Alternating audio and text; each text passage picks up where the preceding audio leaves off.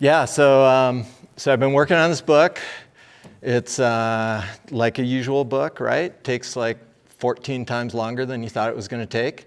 And so that's definitely been playing out. But we released the first part of it last fall. Got like, I think we have 9 chapters done so far, 6 on mountain snowpack, 3 introductory chapters. We've got 4 chapters on avalanche release that are hopefully going to release in early part of the summer. And then we're going to have chapters on avalanche mitigation and forecasting that should be done by next fall. So it's an ebook. I know that if you're old, you don't like ebooks. You want something printed. But if you have an ebook, you can actually, it's fully referenced. It links up to all the articles that are available. And also you can put in videos and as many pictures as you want. So it's been, I was pretty skeptical about it at first, but I've come to really enjoy the format.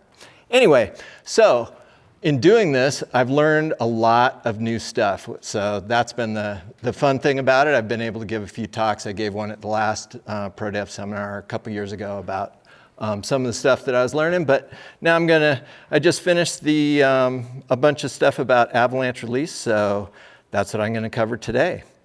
Before I talk about that, I'll just acknowledge some of the people who supported the book, Ethan, Aaron, and Simon. The book's being sold through the Friends of the Colorado Avalanche Information Center, and so they're trying to recoup all those millions of dollars they paid me for writing it. And you'll recognize most of the people on this screen. They're either from here or they've rolled through here at one point or another. These are the folks who are my editors and reviewers for the book. They've just been awesome. It's a really amazing group and a vast amount of experience ski patrolling, guiding, teaching, forecasting, and doing research. So each one of these folks has brought a different perspective to the reviewing process and has been super helpful. And I need to thank these folks, Alec, Johan, Basti, and Ron, because of all the different conversations we've all had about avalanche release and all the things I've learned from them. So I want to talk about a modern understanding of avalanche release and the implications for avalanche mitigation work. And some of this will obviously tie back into Sam's talk. And we're gonna keep things simple, more or less. We're just gonna focus on dry slabs. We're not gonna talk about naturals. We can talk about that in the questions if you want to, but we're just gonna talk about dry slabs that are triggered by either people or explosives. And the outline, I'll give you some background, basically what drives the cascading process of avalanche release. And then I want to talk about what are some key components of slab avalanches. And the key components piece, it really applies to either wet or dry avalanches. We're just going to really talk about dry here, but that'll apply to either wet or dry. And then we're going to talk about our current understanding of avalanche release. There's 4 different stages of dry slab avalanche release, and we'll go through each one of those. And then we want to tie it up with some implications for practitioners, implications for doing your avalanche mitigation work. So avalanches are fascinating, right? Like hurricanes, floods, other natural hazards, like they just happen to us as people.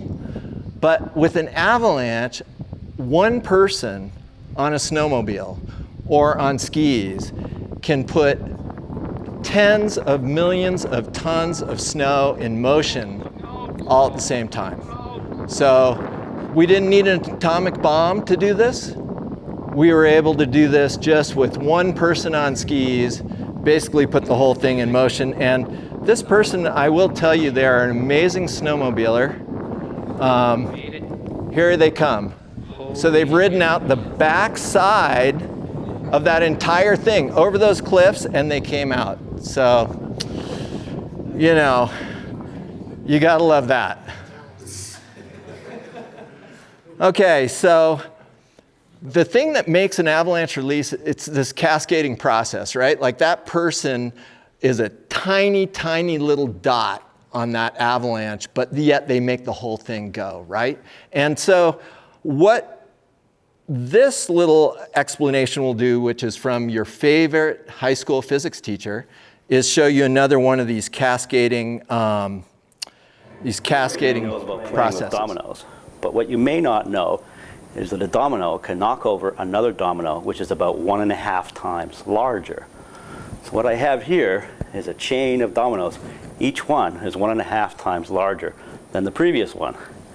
And the smallest domino is about 5 millimeters high and 1 millimeter thick. And I will carefully place it. Look at it, it's tiny. It's like that snowmobile on the slope. And there are 13 dominoes. And the largest domino, it weighs about 100 pounds and is more than 1 meter tall.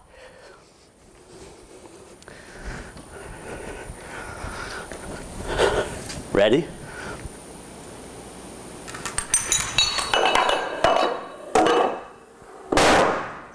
Boom.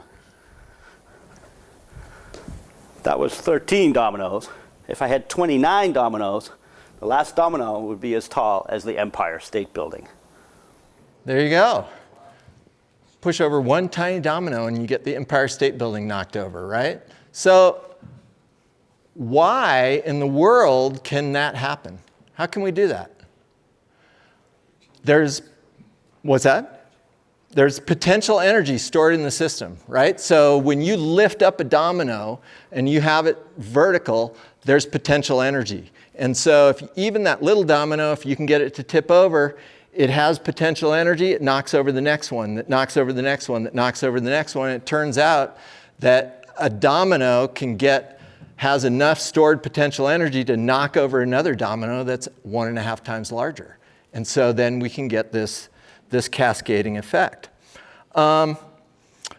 So what is it about snow that allows us to, what sort of energy sources can we tap in with snow so that a small input of energy can cause that entire slope to fracture?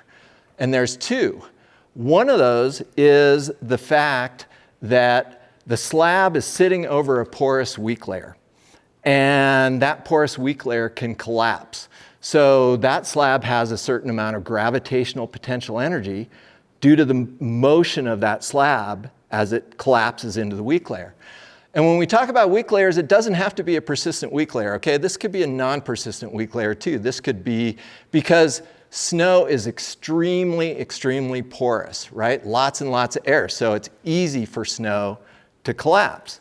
So we have the slab over that collapsible weak layer. And another source of gravitational potential energy that we have is we have this slab that's sitting on a hillside. So once that slab is detached and it starts to move down the hill, it has energy too. So there's a certain amount of gravitational potential energy just with that slab. And by tapping into these two sources of gravitational potential energy, we can trigger avalanches. Because in order for an avalanche to release, we need to break all the boundaries of the slab. So we got the bed surface, the flanks, the stock wall, the crown face. We need to break those boundaries, and breaking those boundaries takes energy. And that energy can then do the work of breaking those boundaries, okay? And we'll talk a little bit more specifically about these processes. So the key components for dry slab avalanches are right here. We need a slab, a weak layer, trigger. Here we're just going to talk about people or explosives. We need a crack. That crack has to grow to the critical size. We need the crack to propagate. Eventually the crack will arrest. And then we need a slope steep enough to slide. So I'm going to go through each one of those and we'll talk about them.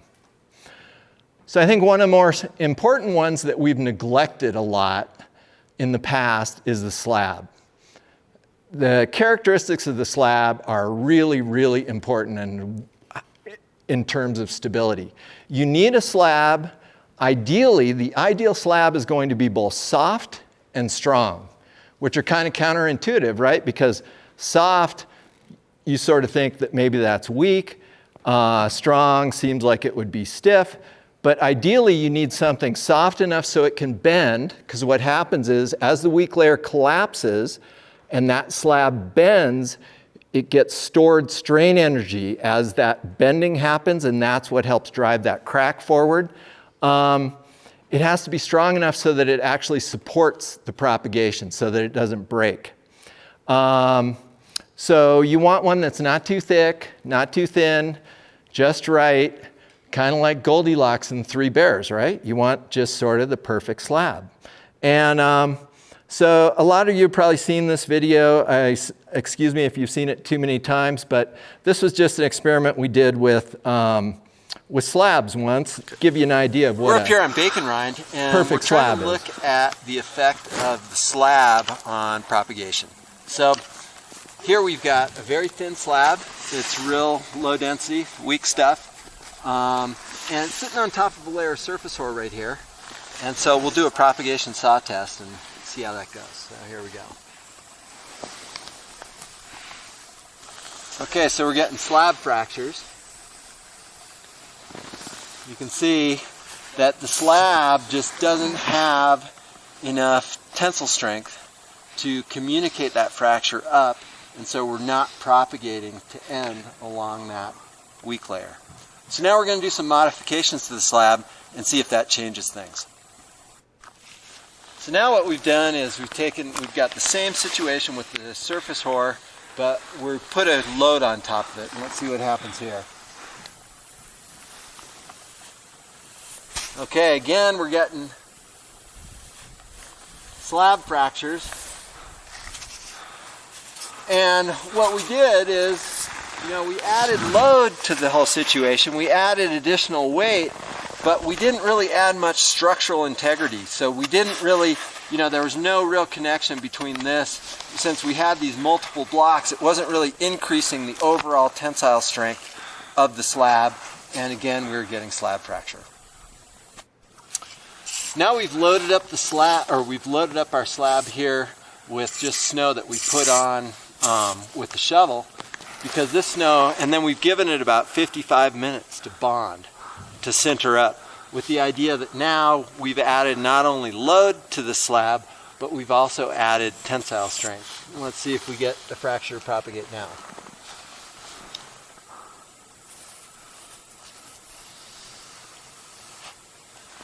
And we have propagation to end.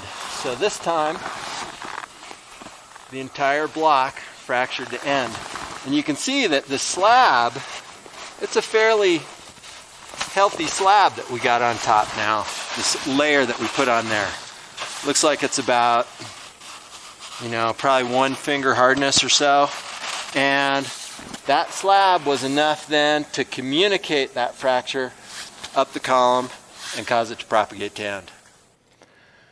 So here we have a situation where, we added load, but adding load didn't necessarily get the fracture to propagate. We needed to add load, but we also needed to add structure.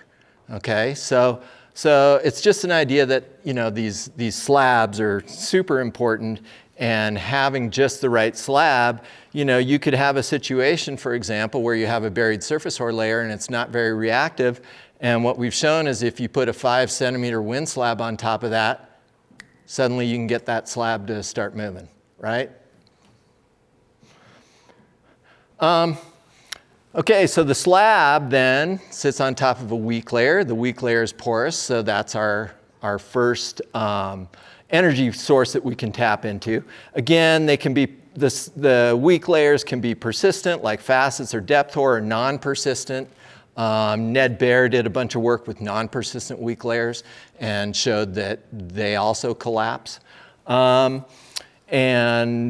that's just because these non-persistent weak layers are also very porous. Lots of air. All right, so now let's move on and we'll talk about the idea of a crack and a critical crack length. So a crack is simply a break in the snow. And a critical crack is the length at which that break, the length of that break at which it begins to propagate on its own. Okay, it propagates spontaneously. And we see this when we are looking at propagation saw tests. Okay, so let's start this. And this is a few years ago with Eric Knopf. He's gonna, it's a slow motion video. He's doing his PST. And right at the point where that crack takes off is right about there. And that's your critical crack length. Okay, so crack is just a break in the snow. Critical crack length is the length at which you get the start of propagation. All right, so we have variations in the critical crack length, and understanding those variations help us understand the effects on stability. So short critical crack lengths, that means that we just barely have to get a crack started in the weak layer and boom, we're going to get an avalanche. Longer critical crack lengths mean that avalanches are going to be more difficult to trigger. This critical crack length depends on a number of things. The easiest ones to talk about and think about are the slab stiffness. Before, we already talked about how, you know, if the slab is more flexible, that more flexible slab is going to put more, it's going to put more strain energy into the crack tip. So if the slab is less stiff, we're going to have shorter critical cracks. Weak layer strength, if it's weaker, we'll have shorter critical cracks. And load, if we have a larger load, we'll have shorter critical cracks. Now notice how these things match with what we think, right? If our weak layer is really weak, we think it's going to be more unstable. If the load is larger, we would think that would be more unstable as well.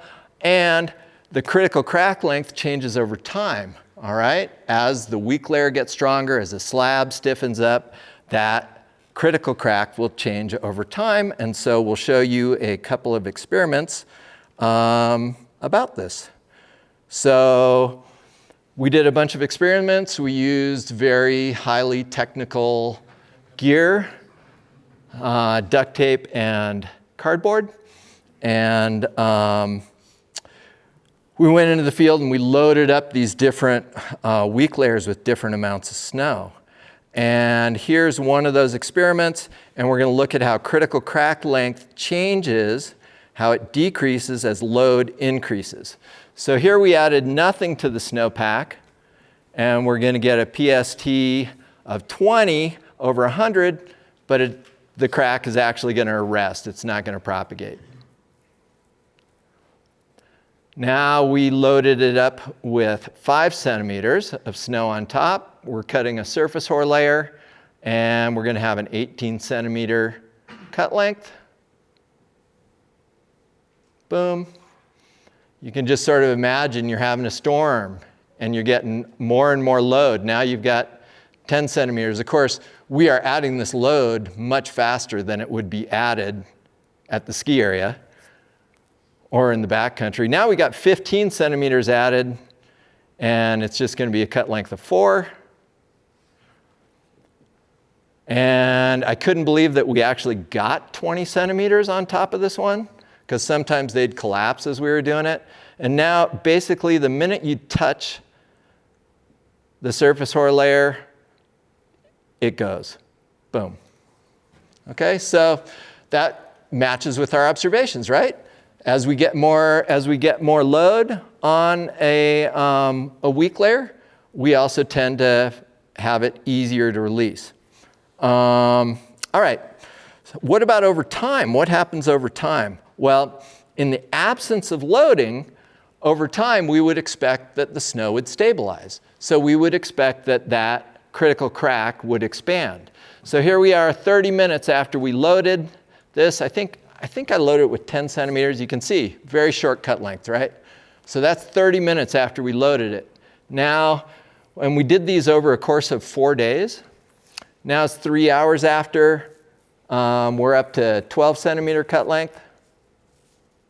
So that critical crack is getting longer. So you can think of it as, hey, our snowpack is stabilizing after we have loading, right? And we did some modeling of what's going on, and the longer critical crack lengths, here it'll be 24, are due to both the weak layer getting stronger and the slab getting stiffer. So both of those things are playing into this stabilization process. All right.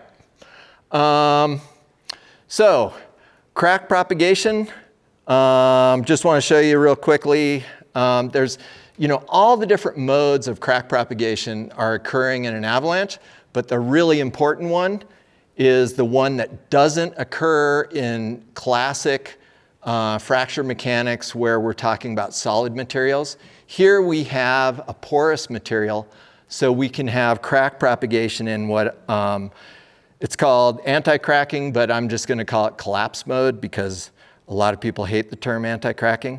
So here you have, and it's a flexing slab. As that slab flexes, you just drive that crack forward, and that's an animation that Bruce Jameson put together. So this collapse mode propagation is really an important one to understand for avalanche release. It's the way that people trigger avalanches in probably almost all cases. All right, last thing, second to last thing, your crack has to arrest, of course, after the crack starts. Otherwise, the whole world would avalanche. And so this is a nice WUMF video. You can see the cracks propagate out from that guy. That was a remote trigger. And we'll do it in a quarter speed, and you'll watch. This is kind of fun to watch these things propagate out away. And the crack is arresting up there on top of the hill. And now 1/16 speed, you can really see the cracks as they open up. See, first one, out a little farther, out a little farther, out a little farther, and then up the hillside. And from that, you can start to actually get measurements of what crack speeds are. Finally, the last key component of a slab avalanche is you need a slope steep enough to slide. So once you crack all the slab boundaries, the slab needs to overcome friction. And so this is just a classic old graph of slope angle versus avalanches. Almost all avalanches release on slopes steeper than 30 degrees. There's the odd case of one less than 30 degrees, but they're almost all steeper than 30 degrees. All right, so now that we have our key components, let's talk about avalanche release. Here's the 4 stages of avalanche release that we'll talk about. The first is creating a critical crack. And we're just going to talk about explosive or skier triggering or snowmobile triggering. And so that skier or snowmobile can directly create a critical crack. Then we're going to talk about initial crack propagation. This is the crack propagation that maybe takes place in the first, say, 3 to 10 meters from that trigger point. And then we'll talk about slope scale crack propagation. If the slope's steep enough to slide, the mode of crack propagation between initial and slope scale will change. But you can also have the same mode that you get with the initial crack propagation that can propagate for kilometers on flat terrain. Okay, and then finally, we're going to break all the slab boundaries and the avalanche is going to release. So here we have a skier in Colorado. Unbeknownst to them, they're the 4th one down the slope, but they triggered this thing right behind them. Where did they trigger it? Hard to say for sure, but I'll show you a picture of the bed surface and you'll see that from that arrow and downhill of that arrow, there was a shallowly buried rock. And then there were some other rock bands there. So those other skiers came through here, and then that skier came through that rocky area and probably hit a shallower part of the slope, a little bit weaker.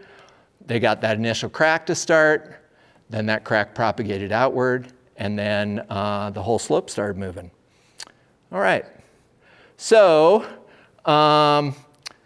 first stage of human-triggered avalanche, we need a skier or an explosive, or I mean a skier or a snowmobiler or an explosive. And what happens is you bend the slab. As you bend the slab, you crack the weak layer. And if you crack the weak layer at a distance that the critical crack, that meets or exceeds the critical crack, and that can be anywhere from a few centimeters to maybe as far as a meter, then propagation begins. The whole process begins. One thing to remember is that the deeper the weak layer is, this is a graph of the stress on the weak layer with depth, okay? And so it's a classic thing. I'm sure many of you have seen it. It's like a stress bulb graph, and it shows you that as we go deeper into the snowpack, because of the snow absorbing a lot of that stress, you put a lot more stress on the snowpack closer to the surface than you do down deep. It's pretty rare for a person to trigger an avalanche at a point where they're more than a meter above the weak layer. However, we can trigger enormous avalanches that are 2 or 3 meters deep if we trigger it from a thinner part of the slope. The depth at which the amount of stress at certain depths also depends on the layering of the snowpack. Stiffer slabs will spread that stress out wider, and so you'll end up with less stress getting deeper down into the snowpack. So again, that first stage was creating that critical crack. The second stage is the stage of initial crack propagation. And whether you're on flat terrain, whether you're on steep terrain, all the data that we have over the last 25 years supports the idea that this initial stage of crack propagation is in collapse mode, okay? And a lot of that research ties into these crack speed measurements, and so I'll go through a little bit of that, but your crack speeds are going somewhere between, it's not like it's super slow, right? I mean, we're still talking about 45 to 90 miles an hour, but it's slower than what would be predicted if you had shear crack propagation. And so I'm sure there's a few of you in here, probably the older people with gray hair, that are saying, well, wait, what about shear?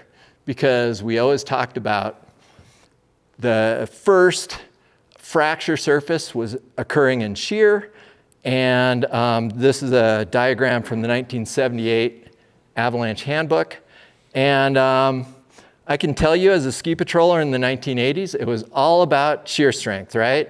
We did shovel shear tests. They were absolute shit. They told you almost nothing, okay? We pulled on shear frames, and it told us a little bit more, but it still wasn't telling us what we really needed to know, right?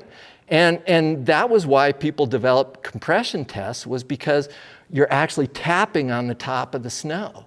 And you could tie that into avalanche release way better than these silly things where you're yanking on the shovel. And the other thing is that with the shear model, you can't get triggering from flat terrain. It doesn't happen. So, and we see that all the time, right? So in 2000, Bruce Jameson and one of his students, and actually all of his students went out, but Crane Johnson did this work, and they decided that they wanted to measure the speed, the crack speed of a WUMF. So they spent like the better part of an entire winter walking around on snowshoes, setting up this old geophone string and trying to measure a WUMF. And of course, every time they thought they could get one, they couldn't get it. And then they'd be out someday when they didn't have the instrumentation and it would all collapse. And at the end of the year, they got one measurement. And that one measurement showed that the crack speed was a lot slower than shear. There was no way that this crack could have been propagating in shear. And so they proposed that collapse was driving it, and their findings met a lot of blowback from some of the people in the avalanche community, in the science side of the community. It's important to remember that this wasn't a new idea. practitioners had been, this idea of collapse had been noted by practitioners since the early part of the 20th century, and it was also more formally proposed by Charlie Bradley, and we'll come back to Charlie here at the end of the talk. So anyway, despite that blowback over the next 20 years, Bruce's findings were overwhelmingly confirmed with field work, with PSTs, ECTs, particle tracking on slopes and on the flats. That was an ECT6. With persistent weak layers and non-persistent weak layers. We did work at 3,000 frames per second here. That's what happens when you go to Switzerland instead of using your duct tape in Montana.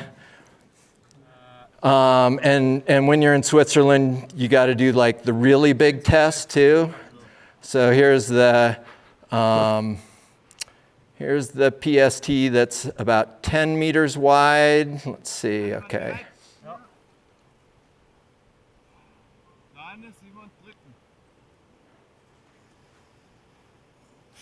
Boom. Well, also many more measurements of WUMFs. These are highly specialized accelerometers that you'd toss out in the snow, and then we measured where they all were, and then you'd trigger a WUMF, and you could look at how fast the WUMFs were traveling. And then even some measurements like this on small, highly instrumented slopes where crack speeds, all these crack speeds were consistent with collapse mode. So essentially, all the field data since 2000 overwhelmingly showed crack speeds to be consistent with collapse mode. In that one, we can even feel the collapse as the camera shakes, right? So there was one outlier in this data. And I gave a talk at the 2010 ISSW, and afterwards, Dave Hamry came up to me and he said, I know that your crack speeds are too slow. I've seen these avalanches that go faster than that. And I said, Dave, that's great, but like we can't say anything without data. Like you can't just stand up in front of everyone and say, hey, I know they're faster. We need some data. And so I said, you know, there's all these videos of avalanches that have released. Like, let's find some avalanche release videos and let's look at how fast these cracks are going based on the surface cracks that we see. And so we teamed up with Ron Simonhoys, and we analyzed a bunch of avalanche release videos, and we documented extremely fast crack speeds. So not only were they faster than collapse mode, they were faster than what would be predicted for shear mode. In fact, they're way faster. So instead of being like 40 to 90 miles per hour, some of these were 300, 400, 450 miles an hour, okay? And at first, people were thinking, that can't be right, and it must be that these explosives are like pushing these things into this really fast crack speed. But what was interesting was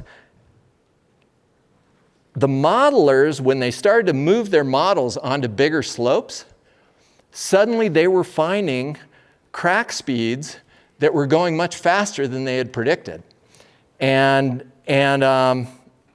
so they were trying to figure out how to explain these results. And this is an interesting one. You have to sort of use your imagination a little bit. These are propagation saw tests. They are simulations, so they're numerical models.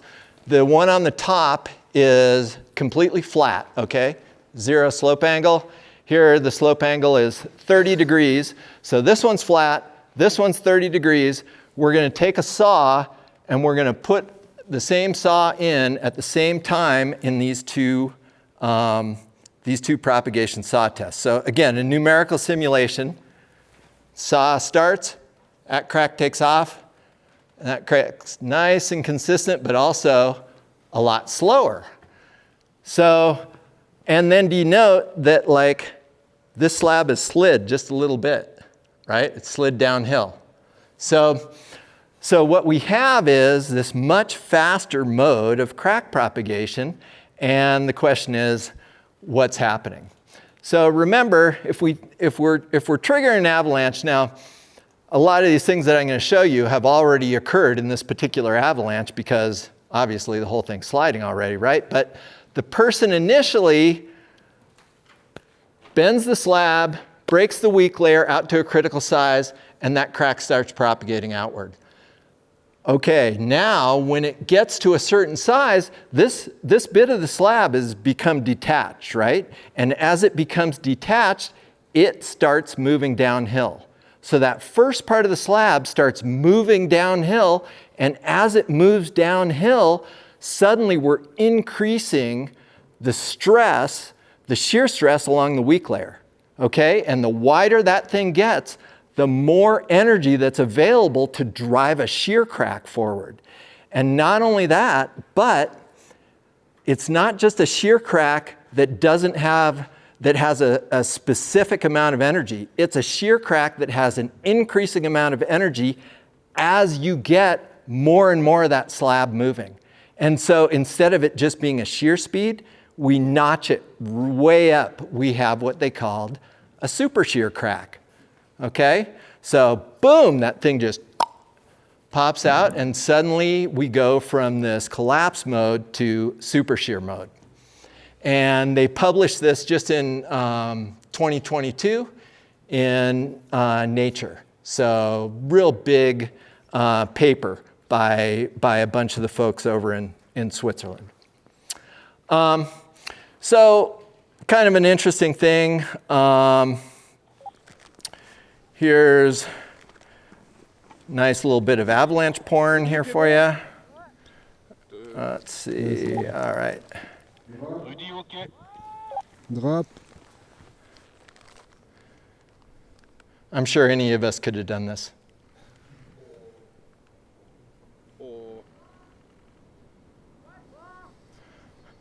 So if you have a problem, just point it. It'll all be fine. So one of the things that we really want to do is try and figure out how we can get more information from these videos. And so Ron Simonhuis came up with an idea where you could magnify every single pixel on this screen, and when the intensity of that magnification changed, that would tell you that the crack had gone by that point. That point had moved just very slightly. So let's watch as Ron maps here what happens when that skier hits that slope, or the snowboarder. Now watch, boom. These cracks just start opening up, and only now does the crown open up, right? And so from this, he was able to look at, with several videos, look at what the upslope and downslope crack speeds were and the cross slope crack speeds. Once we have that slab moving downhill, we still need to crack the different slab boundaries. So the crown, the flanks, stock wall, but now we have lots and lots of available energy because of this slab that's moving downhill. So we've got plenty of energy to drive the formation of those different, or to totally break all the boundaries that are holding the slab in place. All right, so let's tie this back to some practical implications. With the collapse mode propagation, so this is that initial crack propagation, the weak layer and the slab are critically important, okay? We can't ignore the slab. For too many years, we didn't talk about the slab. And it's that bending slab that drives the crack propagation. And the fracture might arrest if we have a compromised slab or a weak slab. And let's think about how that might work from a perspective of doing avalanche mitigation work. So again, the slab's critically important. Remember, for stability tests, we want to bend the slab. Okay, this is part of the reason why a shovel shear was absolutely useless. You didn't bend the slab, you yanked it off of the column. So ECTs, PSTs, and roosh blocks are probably the best we have, but all of those are really too small, to capture everything. Well-placed explosives are the best because it gives you more of a slope scale test. And so one of the things, since the slab is critically important, to trigger avalanches, we'd like to maintain the integrity of the slab, right? So if you put a shot in the snow and it just blows a bunch of cracks through your slab, that can still trigger an avalanche as long as you still failed enough of the weak layer out away from all those vertical cracks so that you can continue to drive the crack outward, right? But better option could be an air blast. Because with an air blast and you're pushing down on a big part of the snow, yes, air blast, you're still gonna crack your slab, right? But you're pushing down a big part of the slab, and they're probably doing a better job at getting that initial propagation phase moving, all right? The other thing is, we often talk about, we want to be really effective at triggering avalanches when we're patrolling, right? But we also want to stabilize the slopes with ski compaction. And so if you want to stabilize those slopes, we need to thoroughly disrupt the slab. And by thoroughly, I mean we don't want a crack to be able to form that goes into super shear. So we want to make sure that at this 2 to 5 meter thing, we've got tracks all over that thing, right? So we want to really work on that slab, and ideally you'd be disrupting both the slab and the weak layer.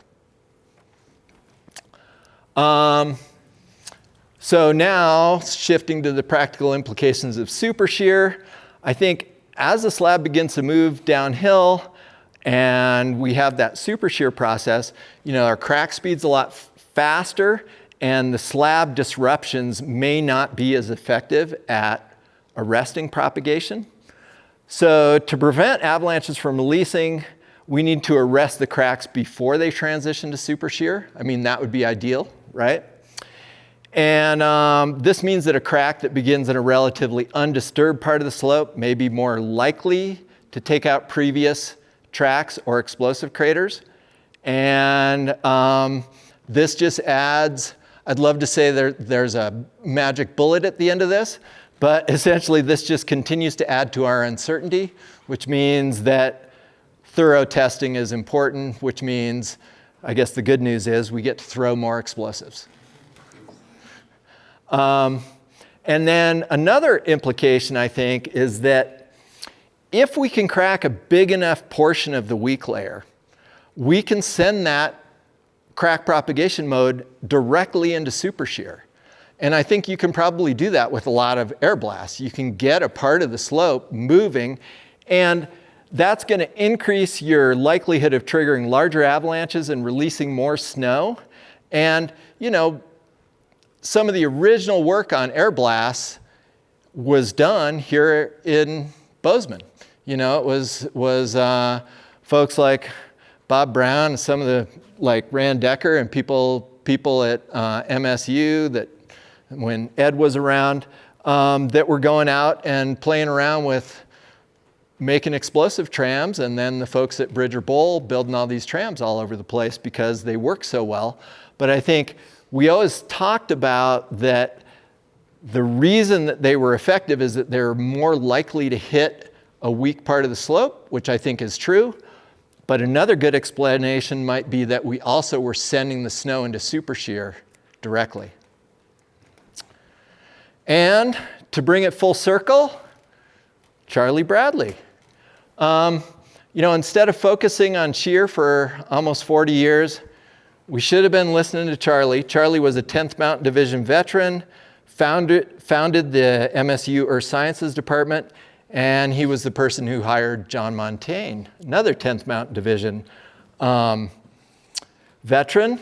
And here is a figure from one of Charlie's papers from 1966. And in this diagram, and Charlie, he'd triggered some avalanches. He just made observations. He had no numerical models. He had no computers. He just said, I think it works like this. And here along the bed surface, he has compression and shear. And we have a tensile crack here. We have compression and shear happening here. We have shear on the sides. And we have this collapse. And so even back when Charlie put this out in 1966, there was a lot of pushback because there were other people. There was strong evidence that things were failing in shear, in part because of the fact that this crown is always at 90 degrees, okay? And so it wasn't until now that we were able to piece all these pieces together that we actually have collapse and shear going on. And it actually explains a lot of the observations that we've had about avalanches for a very long time. So it's kind of exciting if you're nerdy like me. So if you're interested in the book, there it is. And I'd like to give away copies to everybody, but the Friends of the CIC won't let me do that. But when you purchase it, you get all the rest of the chapters too. So, the other chapters will be coming in. And when they cover their costs, they said that they're going to put the rest of the money in an account, and we're going to try and maintain the book. So, so at some point, hopefully, I'll pass these chapters off to some of these young guys. So that's Avalanche Release, and be happy to answer any questions.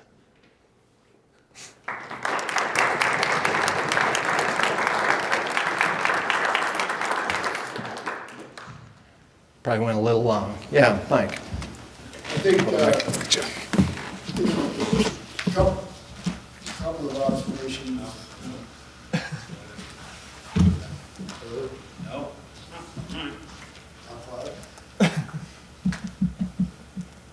Nope, I'm not Shannon. Mike can yell. I'll repeat your question. Well, just go for it, Mike. The shear thing corresponding to the observations that usually the steeper slopes where we actually get a lot of avalanches, I think that could have been a driver in just going to shear. For sure. See your avalanches, but this recent stuff with super shear can help explain that phenomenon as well. And then secondly, you mentioned the slab hardness equaling a longer cut length. And obviously, no one's going to argue with that data, but I think in practice it's worth remembering too, when we're thinking about artificial triggering, that transmission of energy deeper into the snowpack, if you're on a harder surface could be worth remembering. Yeah. Because somebody could take that slab hardness and say, oh, hard slab must be okay. Yeah. No, did everybody hear that? So Mike made a very, very important point that ties back to Sam's talk earlier too, is that, a hard slab is a lot more effective at transmitting stress. Okay, so just because the slab is harder and maybe that critical crack length is longer, you're also going to propagate more stress through the snowpack with a hard slab. So how does that tie into which is easier to trigger something on? Well, that's a question for Sam, because Sam's going to figure out, how these different layers, or how we're getting this transmission of energy through these different layers and cracking these weak layers. Yeah. And I think a simple way to think about it, and this may be oversimplified, it just depends where your weak layer is and the problem you're dealing with on that given day. I think the deeper the instability, the more you got to pay attention to that surface hardness. But if you're worried about triggering something just less than a meter down, then you start thinking about the softness of that soft slab that you're tending. So that could be an oversimplified way of thinking about it. But yeah. I think it's right. Yeah. This question may not make sense, but in our operation, we can't air blast. Our explosives are coming deep internally in the snowpack, and we've been working in the past few years to like adjust our shots accordingly. Do you have any thoughts on how should we be aiming shallower to reach that critical slab depth, or to reach that critical crack length to trigger the slope, or like do you have any thoughts on how to like best affect and reach? So are you doing helicopter bombing or? No, it's an artillery. Artillery, like, yeah. So with artillery, a lot of times people aim for rocks, you know, and sort of shallow areas, so that the artillery ends up a little bit closer to the, you know, so the explosion ends up closer to the surface. With artillery, you know, the Pentagon has proximity fuses, so that you know, if people were willing to pay for them, you could actually get an air blast. But of course, you know, they wouldn't fit on the 105s right now. But you know, I mean, I think ideally we go for an air blast, but we also know that like 105 artillery is very effective at triggering avalanches, you know, and I think it's the same with a lot of these things. You sort of, you know, I think it's like if you think you should be getting avalanches, but you're not getting avalanches, and you're doing just all surface or something, then you might want to somehow see if you can't get something in the air. But like, you're also, if you think you want to get avalanches, you don't necessarily want to be skiing out onto the slope either, right? Especially if your explosive is lit.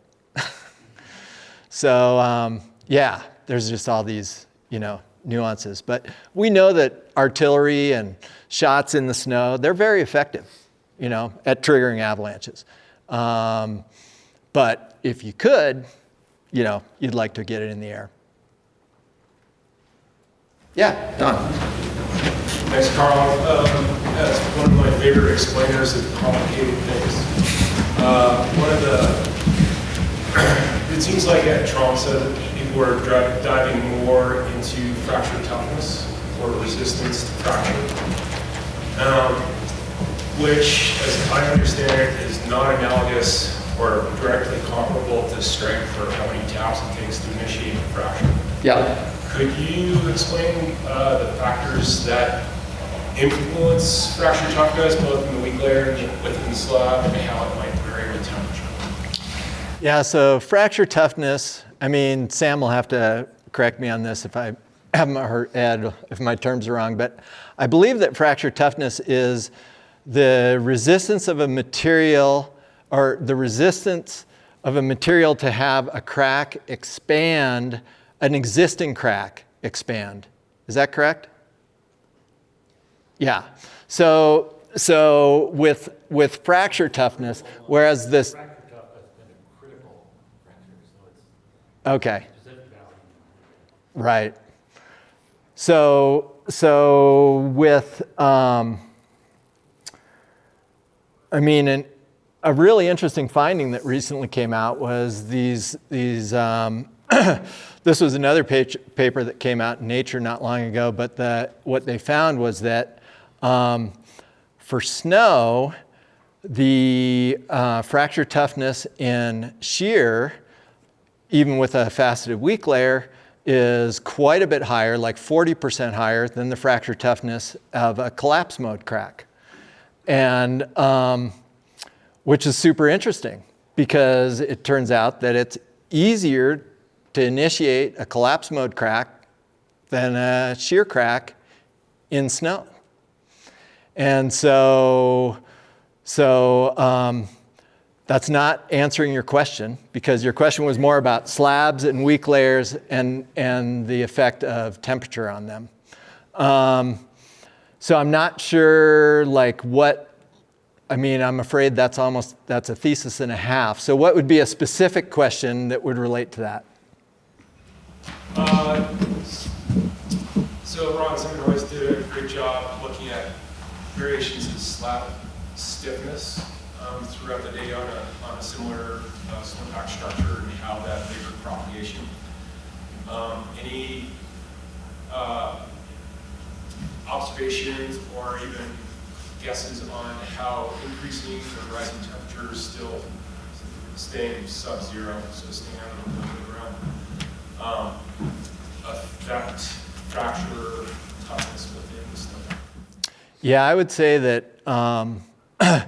that short-term increases in temperature, increases in air temperature, for example, and even sun hitting the slope and warming just the very surface of the slab really would have very minimal effect on the characteristics of the physical characteristics of that slab. And which is why we have very few observations, very few documented observations of a warming event triggering avalanches. We have a few, a few that have occurred, a few that people have talked about. We have situations where we have, say, a super low density snow that gets deposited over the snowpack, and it gets warm and it becomes more slabby, so to say, like it becomes more bonded and suddenly becomes more reactive. But just in terms of a warming slab, the data are just so sparse. Because, I remember talking with Scotty about this once, and he's like, I stand at the top of Lone Peak every day, I watch the sun come up, I watch the sun go down, and I never see one of these. So you know that it maybe could happen, but if it does happen, the snow is probably pretty damn unstable. That's my opinion. Yeah. You were talking about like wanting to push, or if you push it into super shear, you're gonna get bigger avalanches. Is that just because you can push through variations with the higher speeds, or what's going on? Like, why is that? Yeah, it's the higher crack speed. Okay. So you can imagine. I think I might have had a diagram. Yeah. So I'll just pop this up real quick. But you can imagine, like, this is super simplified, but you can imagine that the speed of this crack, if we start to break the slab here, for example, the speed of this crack's important, because if we need this crack to get out to the critical crack length before that crack propagates through the thing. So if it's going, 4 times faster, then we're more likely to keep pushing it. That makes sense? That makes sense. Yeah. Yeah, Robin. In the super shear paper, I remember reading about the daughter crack that propagates out in front of the regular, shear crack, or the regular crack, and that's going faster than the shear speed. But I'm having trouble understanding what that daughter crack is. Yeah. I don't really know. Yeah, I mean, you can see the graphs that they have in the article, and you can see that, I think what happens is they've got that, they have the propagating collapse mode crack, they have the increasing amount of shear stress, and the daughter crack is what suddenly jumps ahead of that collapse mode crack as that shear increases. And I should add that, at the point at which that happens, that's another critical crack length, right? We have a critical crack length that's associated with collapse mode, and then we have a bigger critical crack length that's associated with shear failure, okay? And so you can make the assumption that in a natural avalanche where we're cracking the weak layer due to increasing stress or something, that as we crack the weak layer, we are going to hit the critical crack length for the anti-crack or for the collapse mode before we hit that larger critical crack length that you need for shear. And that's in part because the fracture toughness is larger in shear than it is in collapse mode. Yeah, Eric. So do you feel you need a is the critical crack length any different on a steep slope that's under tension, or something that's more likely to have super shear, tension driven or whatnot, compared to a flat slope? Any difference in critical crack length? That's a really good question. And that paper that just came out like 6 months ago, they did that work. In fact, it was work that I had talked with Sam about doing, which was, let's take a bunch of tests and do them at these different angles, and we can like build something that we can put it at all these angles. Well, I talked to Sam about that, and then I went to Davos for that winter, and the first thing I had to do was email Sam and tell him, hey, just so you know, they've got a whole team of people here. They got like bunkers, they got these giant beams and steel things that they're carrying up there, and they're like, yeah, we're working on that. And I'm like, okay, I better let Sam know that, like, the duct tape and cardboard back in Montana is probably not gonna match up to we had the idea, but not quite fast enough, huh? So, but they're now doing very sophisticated experiments just like that, Eric, and what they're showing, which is super interesting, is that the critical crack length is shorter in the flats than it is in the steeps. The reason being is that the fracture toughness in collapse mode is less than in shear. So as we crank that thing up, is really interesting. They cut this weak layer. They're doing propagation saw tests, right? And on the flats, the propagation saw test cut length, I think, was like 10 or 15 centimeters, right? For a 1 meter column. They crank that thing up to 60 degrees, and then they cut it from the top so that almost all of it is 100% shear, and the crack length was 50 centimeters. So, like, not exactly intuitive that we would think of with this stuff, right? But it just shows you that the interplay between these different crack modes. Yeah. Yeah. So you talked how we were underestimating propagation speeds for decades. Are we done underestimating? Have we reached theoretical limits on how fast these propagation speeds can be in snow? I don't know. Yeah. I mean, I know that some of these crack speeds that you see on some videos of really big avalanches, they seem like they're just almost instantaneous, right? But also 300 or 400 miles an hour seems probably almost instantaneous in some of these basins, if you think of that too. So, yeah, I don't really know. I mean, the work that Ron did with the video magnification is super interesting, because now we can start to look at a lot of videos if we want, but the videos have to be just right, and they got to be at the right angle, and you can't have the sun at a certain, so they're kind of specialized. But there's going to be a theoretical limit of... There's got to be some theoretical limit, right? They're not going to go the speed of light, but at least I don't think so. Yeah, Ed.